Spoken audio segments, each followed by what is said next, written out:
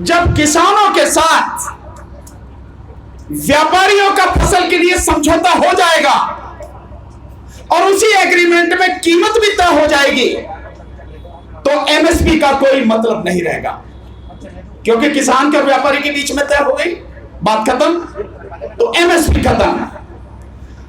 और जब सारी जमीन पर किसानों के साथ व्यापारियों का समझौता हो जाएगा, तो जो 2013 में राष्ट्रीय खाद्य सुरक्षा कानून बनाया गया था इस देश के 82 करोड़ गरीबों के लिए, उनके खरीदने के लिए, उनको देने के लिए सरकार के पास कोई अनाज नहीं होगा। बिल्कुल सही बात है। इस तरह से इस देश के 14 करोड़ 64 लाख किसान और 82 करोड़ गरीब मजदूर वो पूरी तरह से तबाह हो जाएंगे, भिखारी बन जाएंगे, गुलाम बन जाएंगे।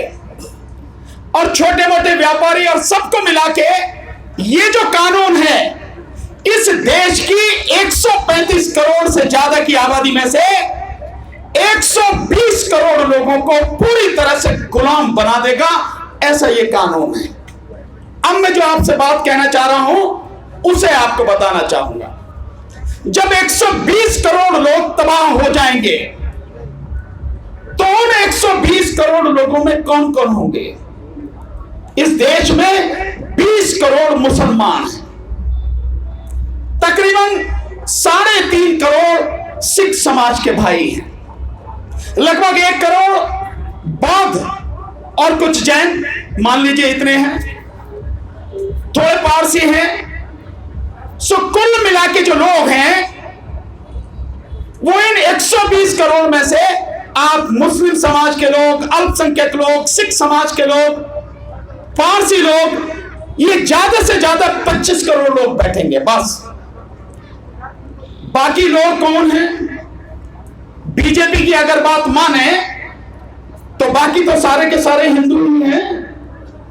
यानी कि 120 करोड़ में से आप 25 करोड़ निकाल दीजिए तो 95 करोड़, और कम कर दीजिए 90 करोड़।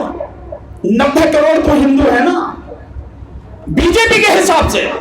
यही तो प्रचार कर रहे हैं कि इस देश में 100 करोड़ हिंदू हैं, तो 100 करोड़ हिंदू आप बता रहे हो, 90 करोड़ हिंदुओं को आप भिखारी और गुलाम बना रहे हो। तो क्या ये पार्टी हिंदुओं की पार्टी है जो हिंदुओं का एजेंडा लेके चलती है?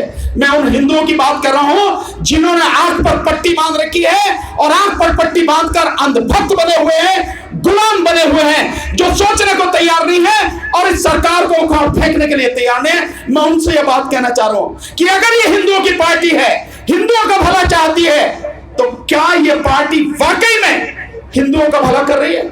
नहीं कर रही। नहीं, आपको निकल के आना चाहिए, इस आंदोलन में साथ नहीं खड़े होना चाहिए, इस सरकार की दोहरे चरित्र को समझना नहीं चाहिए। अभी वकील साहब बता के गए पेट्रोल के विषय में, $60 प्रति बैरल नहीं, आज की तारीख में इस समय अंतरराष्ट्रीय मार्केट में मात्र $54 प्रति बैरल तेल, कच्चा तेल मिल रहा है। अगर उसे पूरी तरह से शोध करते हैं, यानी साफ सुथरा करते हैं, तो डीजल और पेट्रोल औसतन 31 रुपए लीटर पड़ता है, केवल 31 रुपए लीटर। आपको मिल क्या भाव रहा है?